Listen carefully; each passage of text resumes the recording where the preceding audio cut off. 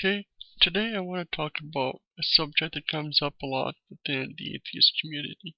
And this subject is whether or not religion is a mental illness. And we hear this all the time. Cult of Dusty and a few others really like to harp on this. And the main thing they like to say is that things that people believe when they're religion would be considered delusional or mental illness if it wasn't part of the religion. And as Grappling Ignorance says, they're sort of forgetting the part that it's very easy to believe things that you've grown up your entire life being told. It's not that people in the 1800s were stupid for believing in sea monsters, or people in Africa believing in magic and whatnot, because that's what they grew up understanding. To them, in their world, these things are perfectly real because everybody else believes in them. They don't have the knowledge or understanding to realize that no, these things aren't real. They don't exist. And it's the same thing with religious. A lot of these people that have these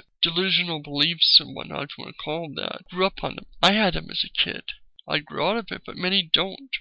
When the people that are your authority figures and people that are you consider smarter than you tell you things like magic exists, demons exist, and all this, well, it's very hard to get out of that. You need to learn more, be more educated to realize that these things are false. And it's very easy to get into this. Now, where I think the danger lies, and this I think is often forgotten by people that realize that religion is not delusional or mental illness, is that it quite often not only hides real mental illness, but it also glorifies it.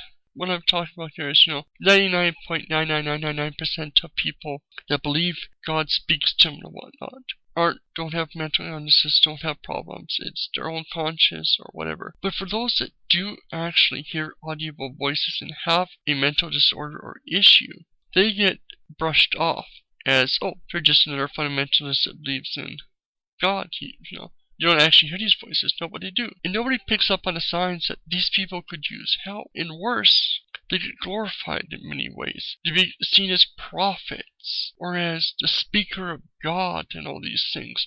Their mental illness is turned into this wonderful, great thing. And instead of helping this person, it's fed, and they're not given a chance to get better. And again, we see this all the time. People just brush off the dangers.